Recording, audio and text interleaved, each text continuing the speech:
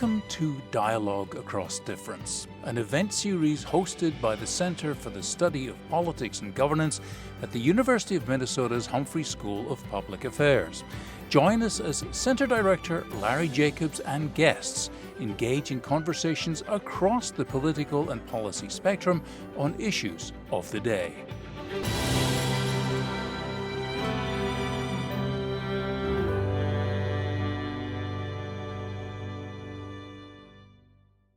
I'm Larry Jacobs. I direct the Center for the Study of Politics and Governance at the Hubert H. Humphrey School of Public Affairs, University of Minnesota. Before we begin, I just want to give you a heads up. At the bottom of the screen, there's a very sneaky Q&A button there. Please click that, give us questions. We love questions. We are going to incorporate as many questions as possible into our conversation this afternoon. Thank you and welcome for joining us to today's program, Madam Speaker, a book talk with author Susan Page. Susan Page is the bureau chief for the Washington bureau chief for the USA Today. She's covered 11 presidential campaigns. She's covered 7 White House administrations. She's interviewed the last 10 presidents. That is quite a record. She's also the author of a terrific book on Barbara Bush, which I highly recommend, and most recently, author of Madam Speaker about Nancy Pelosi. This has been on the New York Times bestseller list and is widely read and really admired for the insight and the remarkable access. Susan Page is one of my favorite reporters. She's got a nose for the big story and knows how to go and dig out the information she needs to tell it. She's joined today by my good friend and colleague, Kathryn Pearson, who's an associate professor at the University of Minnesota in the Political Science Department. Her research focuses on Congress and gender, and Kathryn Pearson will be moderating today's conversation. Kathryn? Great. Larry, thank you so much. And Susan, thank you so much for joining us. It is really my pleasure to moderate this discussion with Susan Page. My scholarly research focuses on party leadership in Congress and women in politics. And before I got my PhD, I actually worked on Capitol Hill and had a bit of a chance to observe then Representative Pelosi in action in the 1990s. So I've been following Nancy Pelosi's career for a long time, but I learned so much from this incredible book and thoroughly enjoyed it. Indeed, it's impossible to understand congressional politics and American politics over the last 2 decades without understanding Speaker Pelosi's role in the legislative process and in electoral politics. And it is fascinating to learn about her Baltimore roots, her life before Congress, her family, and other influences on her career. I would highly recommend Madam Speaker to all, and I will start by asking Susan about several topics that she covers in the book and then move on to today's political debates and audience questions. So to start, Speaker Pelosi has represented San Francisco in Congress since 1987, but she learned about politics from her Italian immigrant political family in Baltimore. Please share the influence of her Baltimore roots as you do in the book, and then I'll ask you to share the significance of San Francisco politics as well. Well, Kathryn, it's my great honor to be here. I'm so glad to be at the University of Minnesota in the Hubert Humphrey School and to be talking with you and with Larry Jacobs. If I'm one of his favorite reporters, he is one of my favorite professors. He always brings a smart perspective when I've called him for his help working on a variety of stories over the years. And I look forward to his new book, which comes out next month, on the impact of direct primaries on our democracy, the unintended consequences of moving to direct primaries. That's coming out next month by Oxford University Press. So, the thing about Nancy Pelosi is, I think there are a lot of Americans who think of her as a San Francisco liberal, and she is definitely a San Francisco liberal, but she is also in her heart a Baltimore Paul. Her father was the legendary Tommy D'Alessandro Jr., who the 3-term mayor of Baltimore and a big figure in the days of FDR in Baltimore politics. And her mother also, who was known as Big Nancy, contrasted with her daughter, who was known forever as Little Nancy, was herself a political force of real consequence.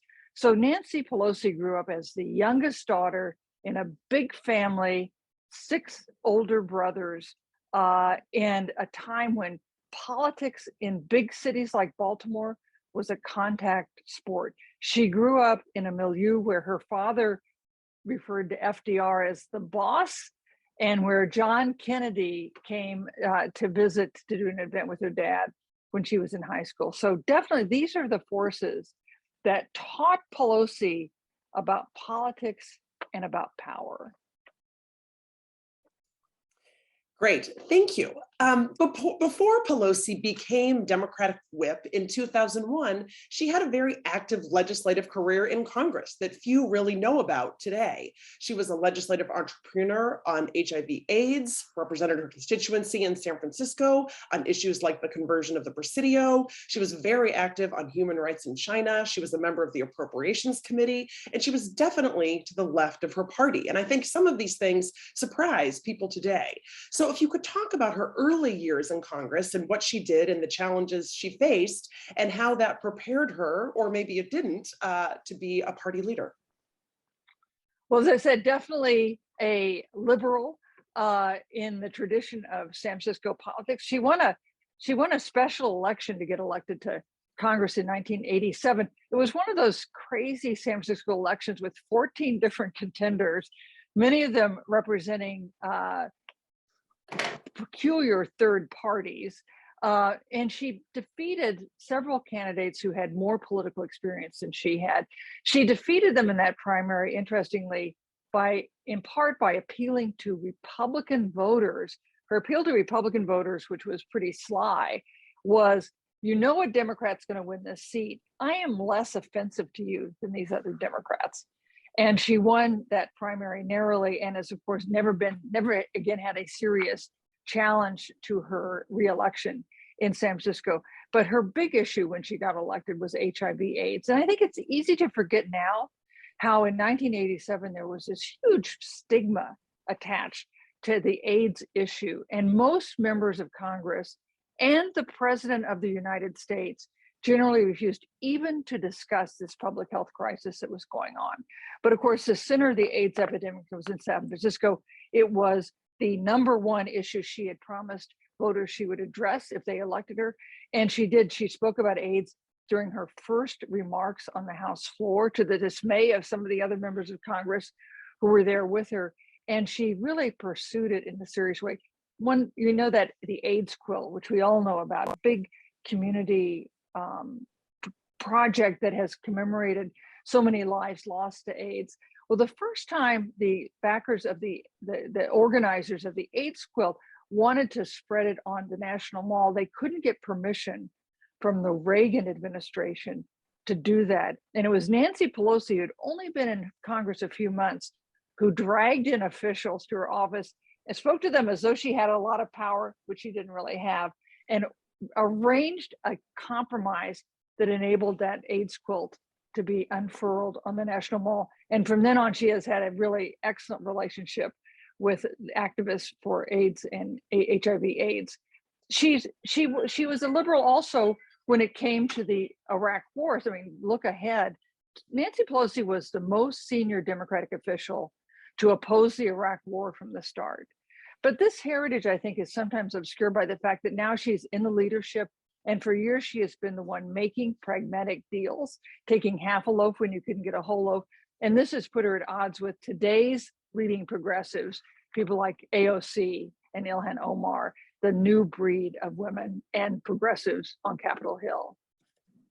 Yeah, that's fascinating. I see that with my students who see Pelosi as an institutionalist and not someone who's a liberal fighting the power structure. It is interesting. And this, her early years were a long time ago. She's been in politics.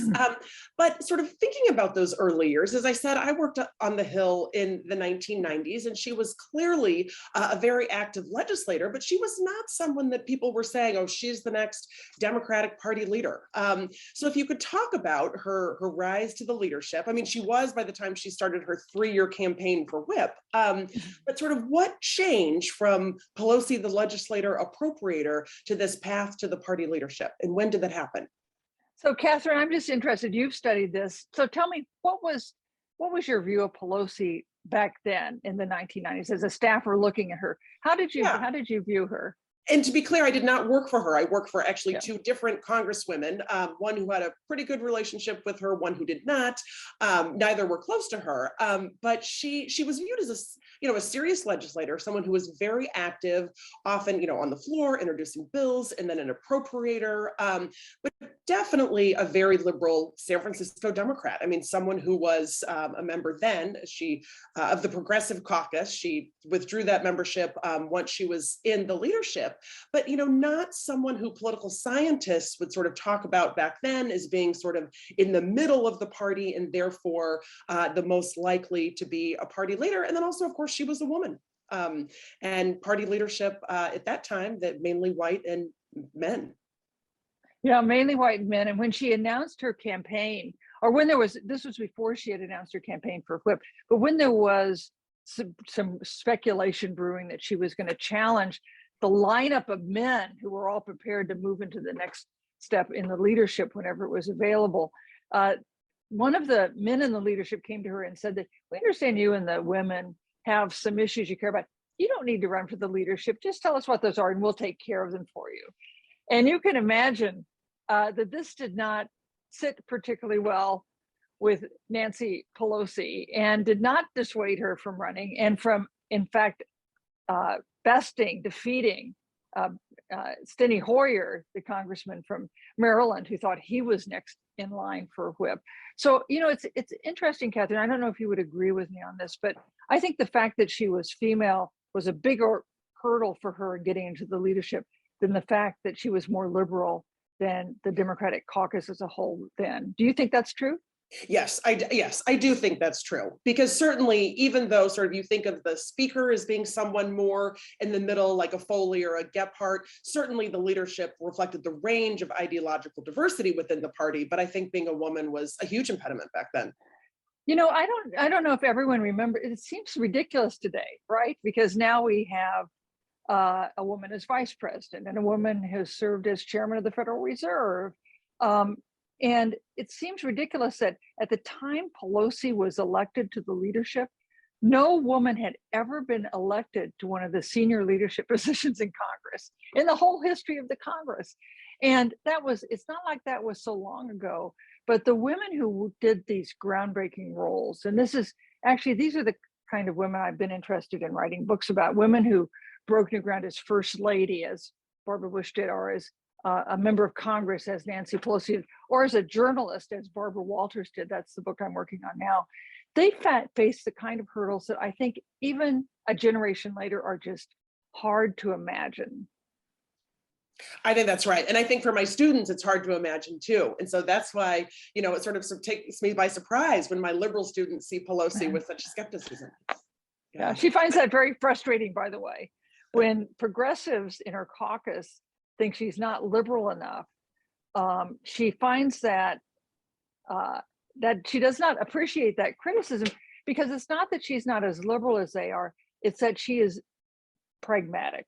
I mean, that's the Baltimore Paul in Nancy Pelosi. She is more interested in getting something done than in taking a very principled stand. For instance, we saw this, I think, just last week when the Senate moved to have a doomed vote on trying to find a path to pass the voting rights bill. Now, Pelosi definitely supports the voting rights bill. She wishes it could be passed. She wishes it could get through the Senate. It did get through the House.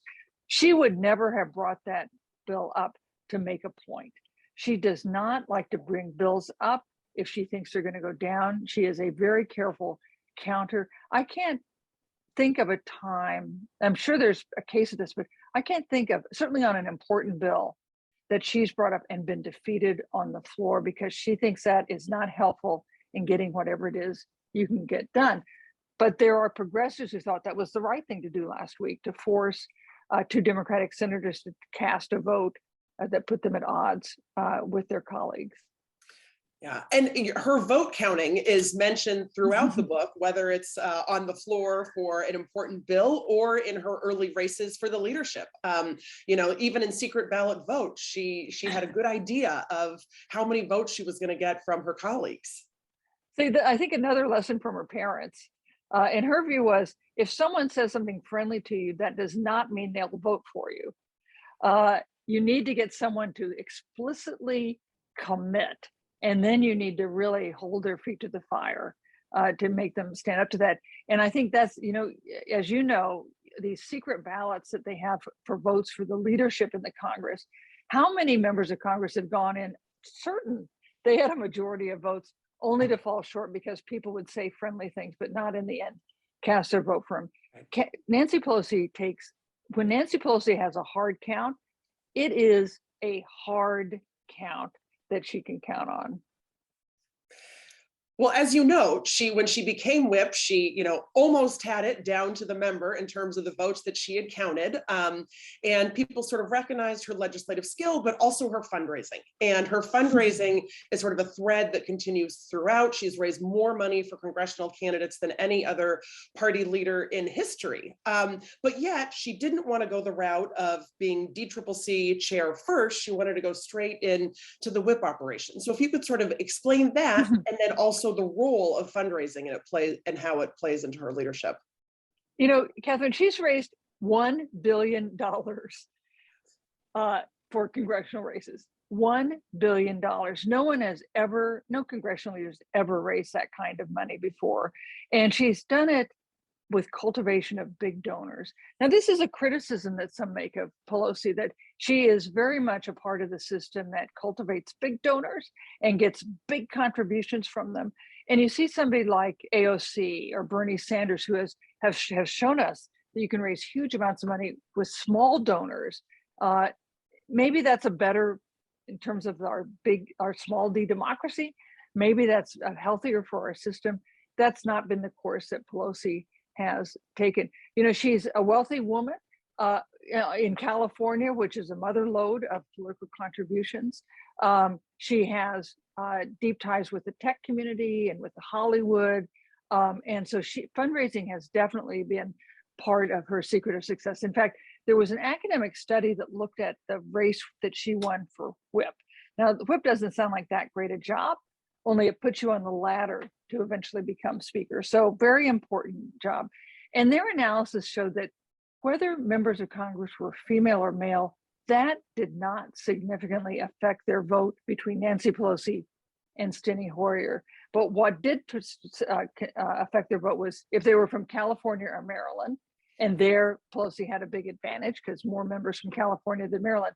And two, if they had gotten money from Pelosi or from Hoyer. And of course, Pelosi had a lot more money to give away than Steny Hoyer. Those are the two factors, not her gender, that got her on the track to be speaker. Yeah, that is so interesting. And as you know, she was also so good at cultivating these relationships. But you also make a point that I think others have observed, that she's not as good of an orator. In fact, you write, and I'm quoting from your book, she was a master of the inside game of politics. She was never a compelling orator. She was so disciplined that she could seem robotic. How has that affected her career, or has that just been part of the balance of her strengths and weaknesses? So, Pelosi is a really tough interview. I've interviewed a lot of Pauls. John McCain, love to interview him. You always come away with something really rich and interesting and spontaneous. Bill Clinton, he's a great interview. Nancy Pelosi, really tough because she wants to say what she wants to say, and that's what she's going to say. And it takes a lot of either effort or serendipitous timing to get her to say something she does not intend to say. I mean, what is the definition of a journalist's job? To get you to say something you didn't intend to say, but is true, right? So Pelosi makes it hard. She's not good at giving a big speech. She's not particularly good on the Sunday morning talk shows, interview shows. And so it'd be hard for her, say, to run for president with those set of skills. But there is no one in American politics today who is more skilled than Nancy Pelosi at the inside game of drafting legislation, lobbying for legislation, and passing legislation. She is, I think, in the top rank in terms of consequence of American speakers in the history of the United States. Yes, and I think the political scientists would certainly agree. And she has kept, as you note in the book as well, she has kept the party more unified than any other speaker, since we've had these party unity scores, and probably ever. Certainly one of the most powerful speakers since Joe Cannon over 100 years ago. Kathryn, I think that's because she not only knows how to get power, she has a purpose for her power. She wants to do something with power. Yes. So she has been willing to lose power in the interest of getting some big things done. So she's not only maintained her position as the most powerful Democrat in the House for nearly 20 years, but she's used it to push through the Affordable Care Act, for instance, and to impeach Donald Trump twice, and to push through a pretty unpopular bill in 2008 designed to kind of rescue the American financial system during that meltdown. And so both that and the Affordable Care Act were measures that cost Democrats in the next election and the election after that. But she saw that as the purpose of gathering power to do something with it. And that's why I think you can agree that you can like what she does with it or not like it, but you can't disagree that she has been a master at that side of the craft of politics. And say a little bit more, as you do in your book, about her critical yet underappreciated role in the passage of the Affordable Care Act. So, I just loved reporting on that part of the book, because I found out about this meeting that in the Oval Office that she had with President Obama. Now, they're trying to pass the Affordable Care Act. It's been hard. The Senate wouldn't move along very fast. And then there was a special election in Massachusetts, and Democrats lost their 60th Senate vote, which meant they couldn't automatically block a filibuster. And there were a lot of Democrats, including Harry Reid, then the Senate Democratic leader, and Rahm Emanuel, who was then the chief of staff, the White House chief of staff to Barack Obama, who thought they couldn't do a big bill. They had to do a small bill. It was going to be too hard to do a big bill. So they had a meeting, and that was not Pelosi's view. Pelosi's view was, I can get this through. We can get this through. You don't get many chances to do something this big. Let's not blow it. And she went into a White House meeting and did something that I've never heard of any legislative leader ever doing before, not in modern times, to a president of their own party. She said to Obama, so Rahm Emanuel, the chief of staff, argued for a small bill. And she said, Mr. President, you can have a small bill, but I won't help you pass it. If you're going to have a small bill, you're going to be on your own. If you want to do a big bill, I'll work for you. This is an effective, it's just an extraordinary example of hardball politics. Can you imagine?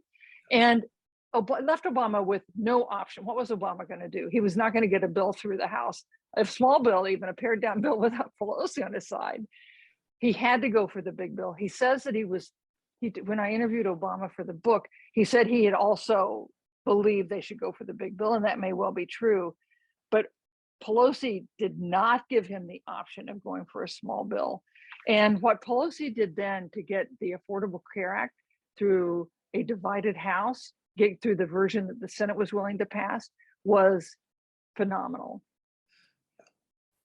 Yeah, thank you. And let's pivot to that and talk more generally about Speaker Pelosi's role in sort of dealing with presidents, whether of her own party or the other party. As you note, certainly with President Bush and then definitely with President Trump, I mean, they had a lot of conflict, and her role with President Obama wasn't necessarily smooth all the time. So if you could talk about each of those presidents and how she sort of negotiated with them, and then finally compare it to current President Biden.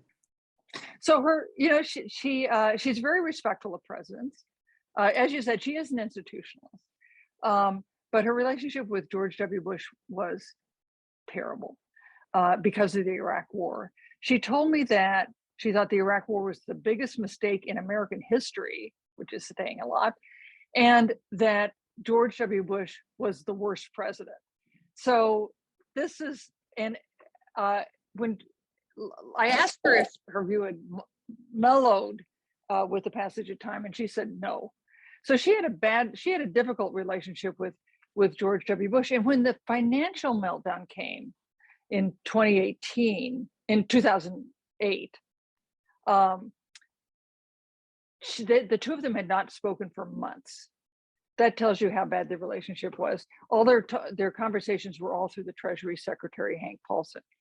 So she worked to rescue his presidency by helping him out during that financial meltdown, but she did not have much regard for him. Her relationship with Obama was, she revered him. She admired his political skills. She didn't think he understood Congress very well, but she recognized that if the Affordable Care Act couldn't have gotten through without her, it also could not have gotten through without him. So I would say I think she just has huge respect and regard for Barack Obama, and he for her. Trump, what can you say? She allowed him to be impeached twice. She had a dyspeptic view of him from their first meeting in the White House after he had taken office. He had, it was interesting. I interviewed him in 2018, not about Pelosi, but about what was going on in politics. And I asked him if he was concerned that Democrats were going to win the House, which it looked like they were going to do, and which would make Pelosi Speaker. And he said no. He said he thought that there were ways he and Nancy could get along. He always called her Nancy. That there were ways in which there were things that he could get done with Democrats in control that he couldn't get done with Republicans in control, including a big infrastructure bill that he wanted and never got. Now, there were people on his staff who thought he was quite wrong in not being more worried about a Democratic takeover of the House. And he did turn out to be wrong, because once Democrats won the House and Pelosi became Speaker, it of course opened the door to endless investigations of President Trump and to impeachment. She viewed President Trump as a danger to American democracy. So now looking at Biden, she has a long relationship with Biden. She also views him, I think, with affection and respect, but I think she's been distressed by some of the missteps President Biden has made. And now they've gotten themselves all tangled up with this Build Back Better bill stalled in the Senate. Not at all clear what's going to happen with that. Thank you. Sort of following up on what's going on right now, do you think that getting the House to both pass infrastructure and Build Back Better was sort of a bigger coup for Pelosi that has been recognized, given how she worked with the Progressive Caucus and the moderates and the CPC, sort of in getting everyone together? Well, it was an example of her skill, even as the politics becomes, she can only lose 4 or 5 Democratic votes and get things through. This is an impossibly small margin. So the fact that they passed the House, I think, is a sign of her continued skill in difficult circumstances. But I don't think she would view Build Back Better as a victory until they get a final version to the president. And that hasn't happened yet. And do you get the sense that she is actively working behind the scenes with Democratic Majority Leader in the Senate, Chuck Schumer, and President Biden? Or is she sort of like, okay, the Senate, do your thing? What would you guess the answer to that question is? She's there every day. She's there. Yeah, that's right. I think that's a safe answer. And when President Biden at his news conference said that he was open to breaking up Build Back Better into smaller pieces, it was Pelosi who at her news conference last week noted that if you're trying to get it through using the parliamentary procedure known as reconciliation, you can't just break it up and push it through. It's more complicated than that. So I'm sure she is playing a really big role in figuring out what it is they can get through the Senate. Great, yeah. One of the chapters that really piqued my interest was about the relationship that she has with the squad, Representatives Alexandria Ocasio-Cortez, and then of course Ilhan Omar from Minnesota, representing the district where the University of Minnesota is. And so if you could talk a little bit about that, both the challenges that the squad poses, but then also how Pelosi in some ways brought them into the fold. So that's so interesting. So I didn't realize that Ilhan Omar represents the University of Minnesota. Isn't that interesting? And so do you ever hear her? Have you ever heard her? I'm sure that gives you opportunity to hear from her more often and in different settings. Does she ever talk about Pelosi? I'm trying. Not that I can remember. I mean, she's been at the Humphrey Institute, which of course we're being hosted by now, but not that I can think of. Well, that would be interesting, because one of the surprises when I was reporting out this book was that Pelosi and Ilhan Omar are pretty close personally. And it goes back to Pelosi's reassuring role when Omar was running the first time for Congress and had various concerns. And Pelosi was extremely solicitous and helpful. They built a real relationship. They have a real friendship, even though there are times they've been crosswise, and Ilhan Omar has done things that's given Nancy Pelosi trouble. So I would be really curious the next time she's at the Humphrey Center if you would ask her about that, and let me know what she says. Will do. To go into the squad, I mentioned that Pelosi is a tough interview, but I got to say the best interview I ever had with her for this book was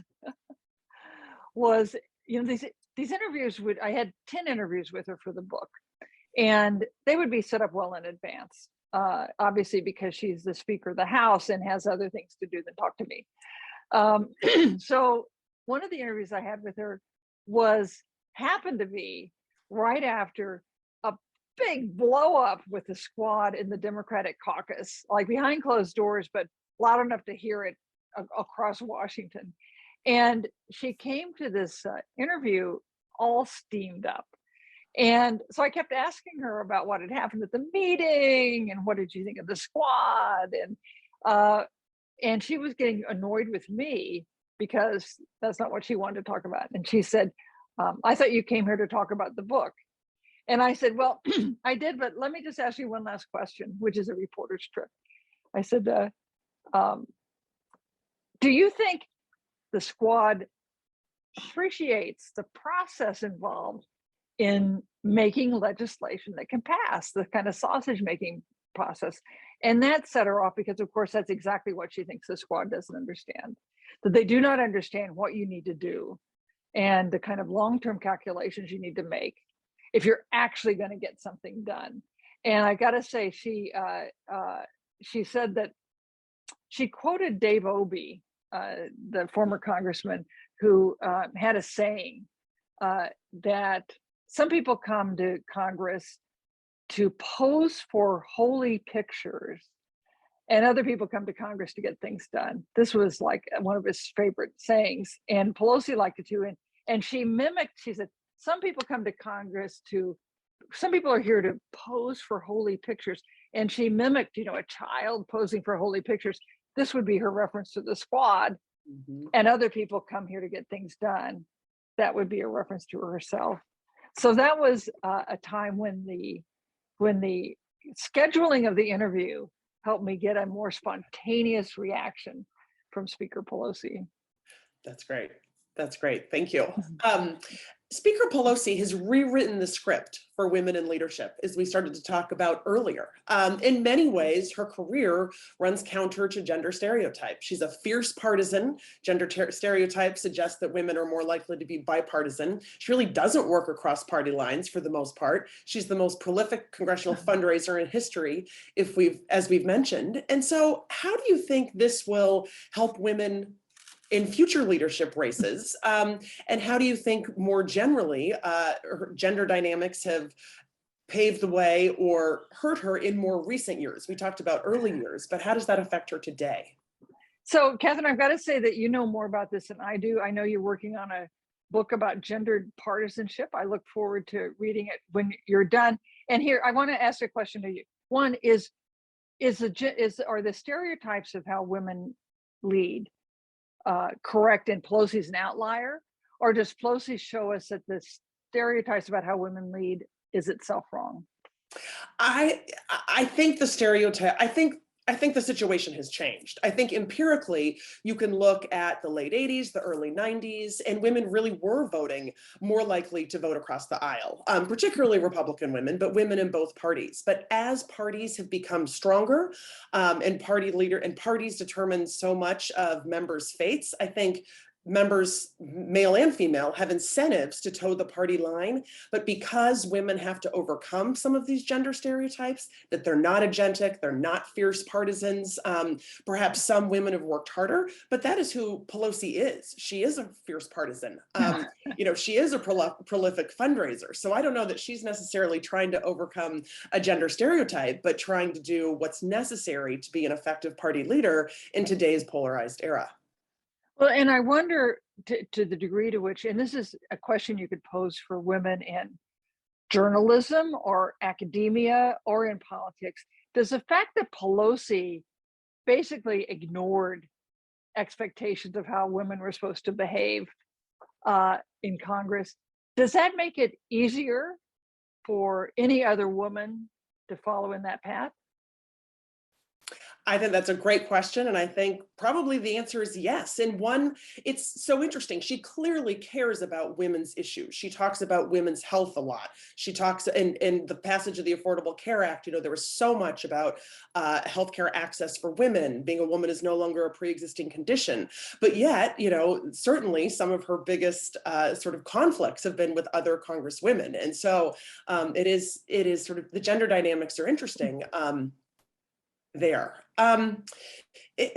Moving forward, I know you didn't cover this in your current book, but the paperback edition will. I want to talk about January 6th, which of course fundamentally altered the 117th Congress. In the immediate aftermath of a violent attack on the Capitol, 139 Republican members of the US House voted to object to at least one state's electoral college vote count. So could you share your perspective on how that has affected how the current Congress functions and Pelosi's leadership? Well, it's had a big impact on the current Congress. I mean, I didn't think our partisan divide could get deeper or angrier, and it has. I don't see an end in sight. I mean, look at the relationship between Nancy Pelosi and Kevin McCarthy, the Republican leader. The leaders of the two parties in the House often haven't gotten along, but usually they've had a kind of working relationship. But these two do not, and they didn't really have a good working relationship before. But once McCarthy has embraced the big lie, the idea that the 2020 election was stolen from Donald Trump, that has just made them have no relationship at all. So these two sides have, are, for whatever the big problems facing the country, on COVID, on inflation, on climate change, there is nothing going on between the leaders of the two parties when it comes to those issues. And you've got Democrats in Congress believing that this Republican attitude is a threat, not just to democratic rule, but to democratic rule, not just to the role that Democrats, the party, have, but to the future of our democracy. That's a pretty heavy thing. I think that when I did a piece about this, marking the 1-year anniversary of January 6th, and I talked to some historians who likened this to the Civil War, that you have to go back to the Civil War to find a time when our democratic institutions seem to be under such stress. And of course, even with the Civil War, we didn't see people parading through the Capitol carrying a Confederate flag. And do you think that she has handled the January 6th committee as well as one could, or could she have done something different to make it more bipartisan? So she very much wanted to have a nonpartisan commission or a bipartisan commission to investigate January 6th. And she actually, after she made a proposal that was kind of favored Democrats, when the Republicans in Congress wouldn't agree to that, she proposed something that was very even number of members, both sides had subpoena power, and the Republicans turned that down. So I think in fairness, she went as far as she could go to get a truly bipartisan commission. But she still felt, and I interviewed her about this for USA Today, she still felt that it was important, crucial really, to find out what happened on January 6th, who was behind it, who financed it, who planned it, and what were they doing now? Because, you do not get the sense that the challenges of January 6th are over now. That's when she set up the select committee that has 2 Republicans on it, but they've kind of defied their own leadership to participate in it. I think she deserves she's a fierce partisan, and she gives no quarter to Republicans, but I think she has done what she could to try to make this a less partisan investigation. And of course, now they're working as fast as they can because we assume most likely Republicans will gain control of the House in November. And at that point, this investigation will be over. Kathryn, I'd like to tell you about an interview I did with her that's in the paperback edition of the book, but the interview was after the hardback was out. So this was an interview really for USA Today. And I asked her if the rioters had caught her on January 6th, would they have killed her? And she said, yes, that was what they were trying to do.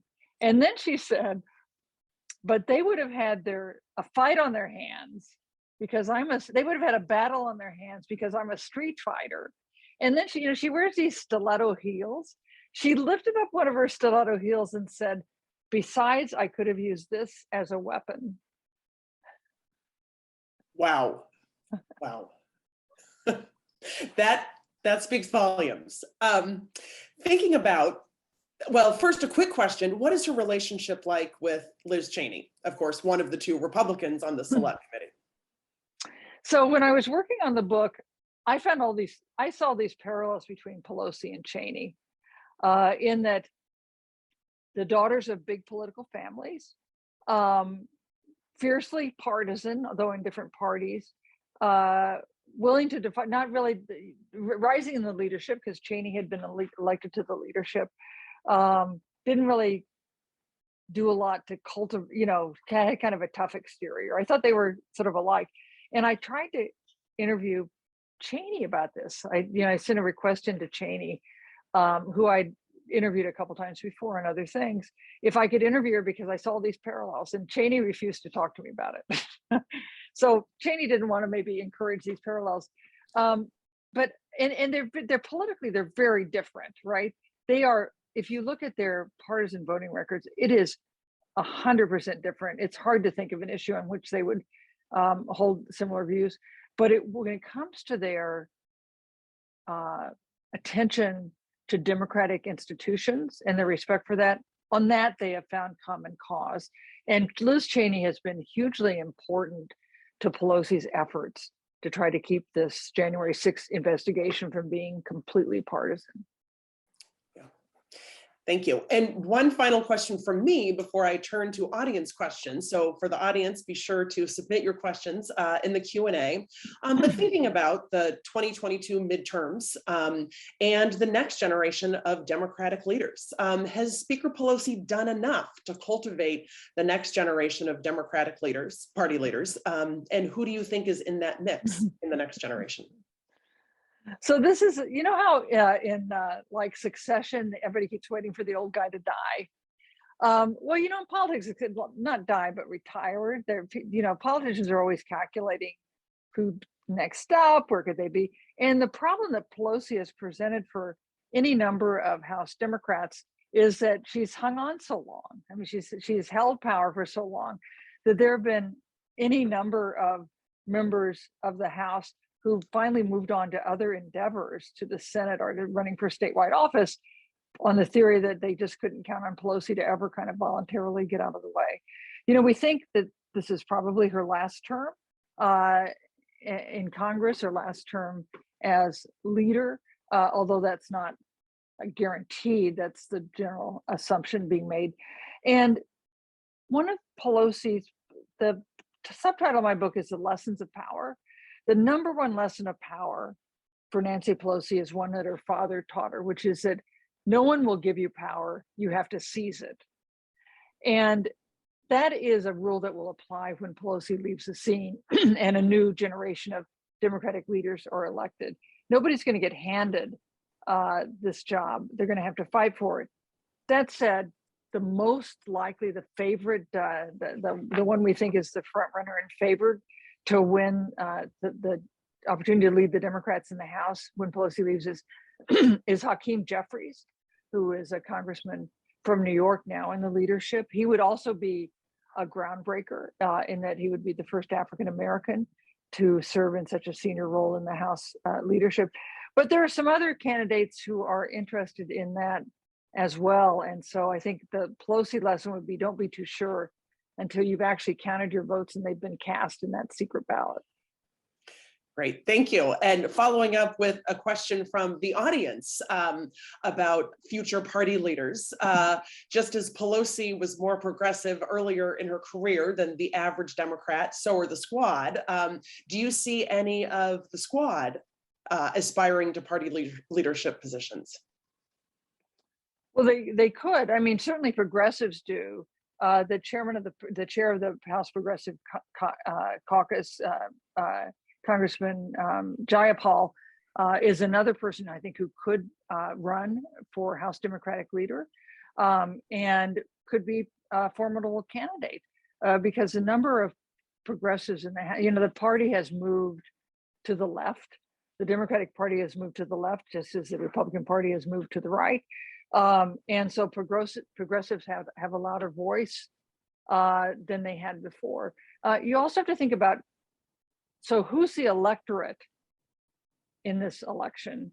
And the electorate will be the Democrats who managed to win in this year's midterm elections.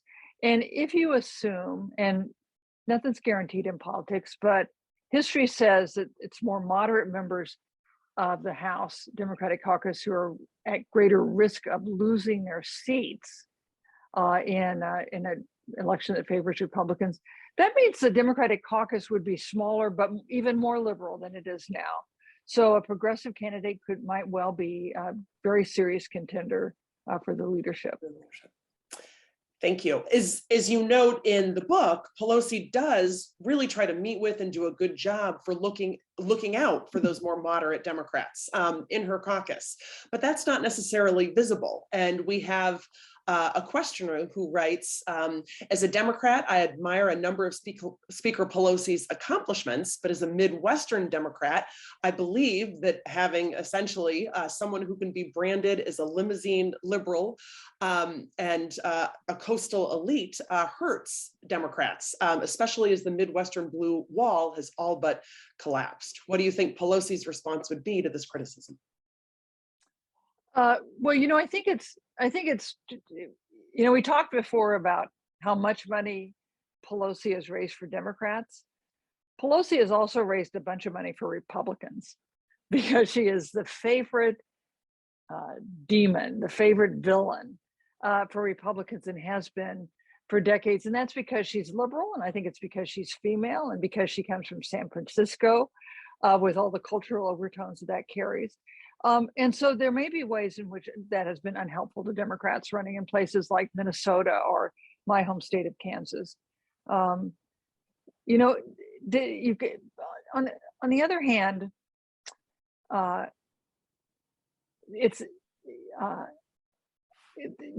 the House races are particular things, and I wonder if maybe you would have a smarter view of this, Kathryn, than I do, whether who is the speaker or who is the Democratic leader affects the outcome of individual House races. Now, maybe it does, because certainly lots of Republicans run lots of ads in individual races that picture Pelosi in the most negative possible ways.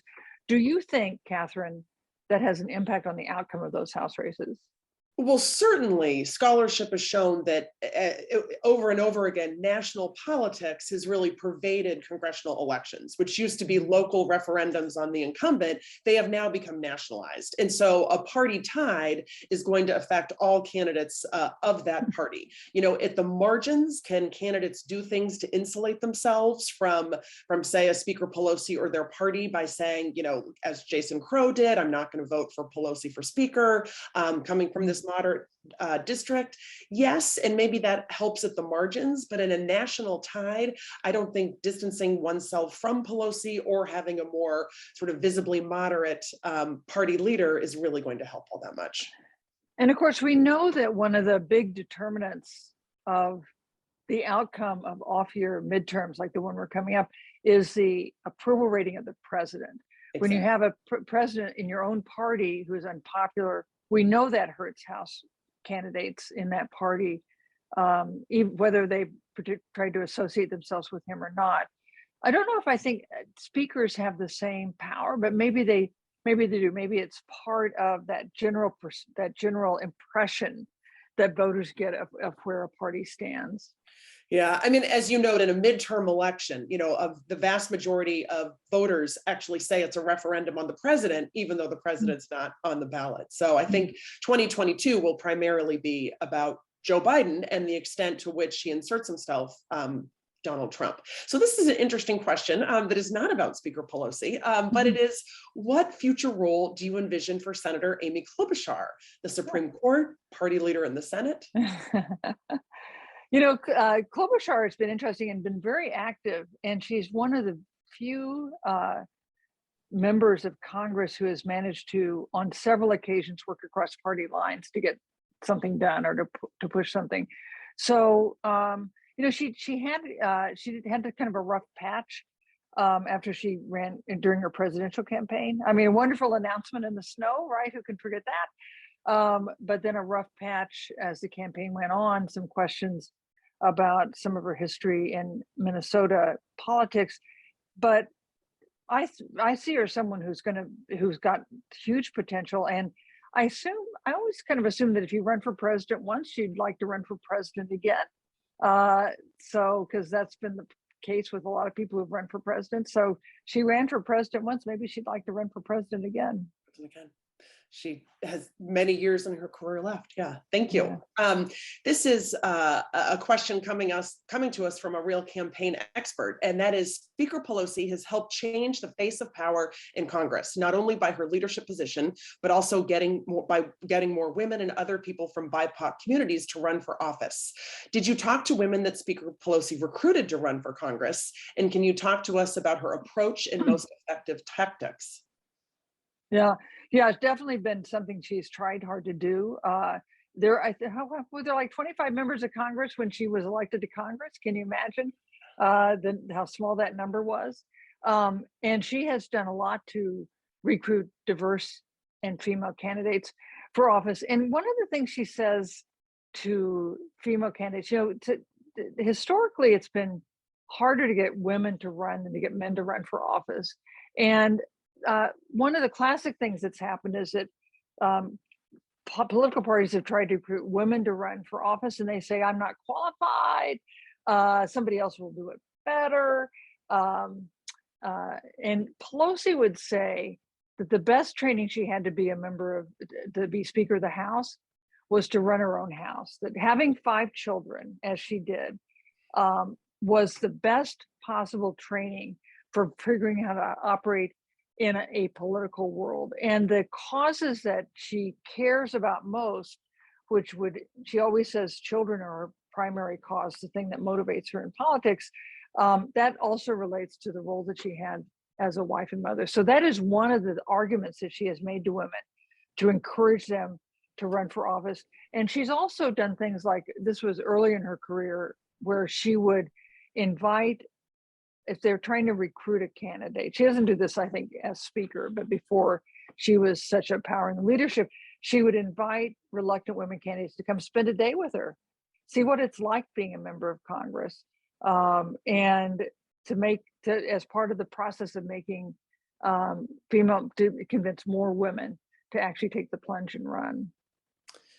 That's one other thing I've noticed, sort of observing Congress, is that Speaker Pelosi has made a huge effort to ensure that more women of color, more people of color more generally are on key committees and key positions, and that's really something that she's done throughout her career as a leader, whereas previous Democratic leaders really have not done that. If you could comment on that. Well, of course, just come tell us what your concerns are, your women, and we'll take care of them for you. That's not, didn't work with Pelosi when she was starting out. And she has, I mean, one of the things that Pelosi has in Congress with Newt Gingrich is when Gingrich became Speaker after the 1994 midterms, he really consolidated power in the speakership in a big way, including the power to appoint people to committees and the power to instruct committee chairs on what it was they were supposed to do. That is something that Pelosi has continued, and she's really consolidated her power. When we're discussing things like, will the House impeach Trump, there was no need to talk to anybody but Pelosi, because that was a decision that was going to be decided by her. And even when she named the first impeachment team, House impeachment prosecutors, she didn't even tell the other members of the leadership who they were going to be until she was about to announce the names. That's Kathryn, I think that's going to be something interesting to watch with the next Democratic leader, whether in the next Speaker, Republican or Democrat. But among Democrats, I think there may be a move to have the speakership be a little less the center of all power, disperse power a little more the committees, but we'll see. I am following up on one of our questioners earlier, who actually writes, Pelosi spent some time with me talking about her time as a staffer and political leader, and ended it by asking me if I would be ready to run when it was my time. So did that person run? On that. Did Not that yet. person run? Not yet, but I expect they will. I'll keep you posted. That's great. Another questioner writes, by chance, my kids and I met Speaker Pelosi one day, literally in the middle of the street. My kids were elementary aged, and she went right into grandmother mode and could not have been kinder to them. Why don't we see this side of her more often? Yeah, I mean, it's true. She doesn't show that side much. I mean, when she was in her 70s, she took 2 of her grandsons to see a Metallica concert at Central Park. That's not a side of Pelosi that you see much either. She has 5 kids. She has 9 grandchildren. She is very close to them. They have a family message stream that she's very active on. Apparently, quite a few emojis from Nancy Pelosi to her grandchildren, but it's not something that she shows in public very often. It's not. It has, and perhaps that's hurt her, that doesn't make herself vulnerable in that way. On the other hand, her style has enabled her to get power and to keep it and to use it. So there's that. Sort of switching gears, a questioner asked, do you see Pelosi caving on the current effort to ban stock trading by members of Congress? That's a great question, because she has a strong personal view that members should be allowed to trade stocks. And she has her family, her husband trades a lot of stocks. That's sometimes been controversial, but there is a rising concern that members of Congress, not Pelosi, but other members of Congress, have abused the information they get in Congress to make stock trades in advance, which sure sounds like insider trading to the rest of us. And there is definitely a rising sentiment in Congress to try to do something about this. So I'll be interested to see what she does about that issue. Going forward. How do you see the rest of the rest of the 117th Congress playing out? If it is indeed Speaker Pelosi's last Congress being Speaker, obviously passing the Build Better Act is very important to her. Sort of what do you see happening in the final chapter? Well, I think she thinks they only have a few weeks or months left to actually get things done.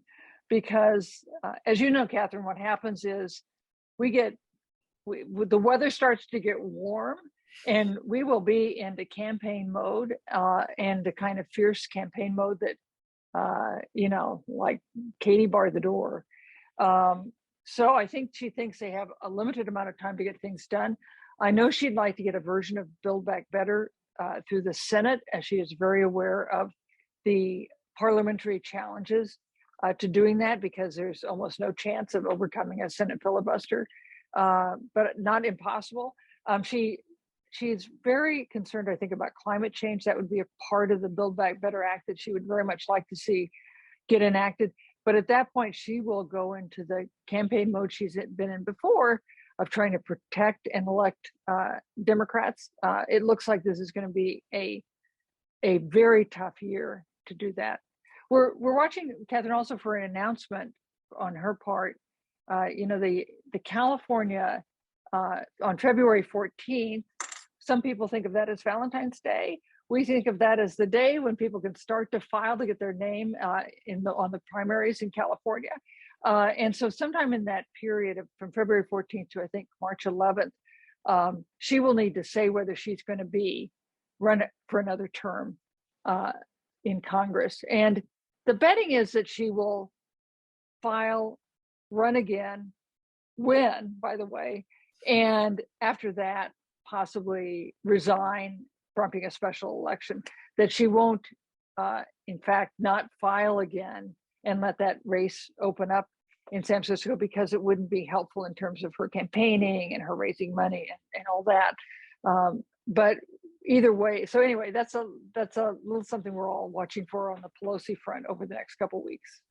We will stay tuned. And I'm going to turn the microphone back over to Larry Jacobs, but I just want to thank you so much for all of these insightful answers to your question. And your book is awesome. So thank you. Kathryn, thank you so much. And thank you, Kathryn. This has been a terrific conversation with Susan Page, who is the Washington Bureau Chief for USA Today. You can see today why Susan Page is one of the most widely read and respected journalists. She's also a best-selling author, most recently of Madam Speaker, Nancy Pelosi and the Lessons of Power. And before that, The Matriarch, Barbara Bush and the Making of an American Dynasty.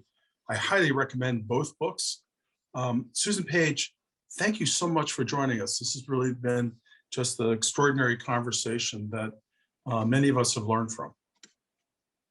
Thank you. I want to just take a moment to quickly mention upcoming event. We have Glenn Loury, who's a professor at Brown University and a well-known conservative critic of kind of traditional civil rights legislation. He's challenged what is often the conventional view about sources of poverty. For Professor Loury, he has linked it to the dysfunction and violence in the Black community. He's also challenged affirmative action. He's very smart, very provocative, and quite controversial. He'll be joined by econ professor here to you, Christopher Phelan. This will be a great conversation. Please check it out, February 3rd at noon. It's being brought to us by the College of Liberal Arts. And also we are co-sponsoring it, which I'm very proud of. If you enjoyed today's program, you can get a recording of it. It will be available as a YouTube broadcast and also as a podcast on all your favorite stations. It'll be up in a day or two. Look for that. Also, I want to just let you know that all these programs are brought to you free and they're open to the public. Of course, we welcome financial support. If you'd like to join our donor circle, please get in touch with us. Once again, Susan Page, thank you so much for this terrific conversation. Hey, Larry, it's been my pleasure. Thank you. Take care. You all have a good day.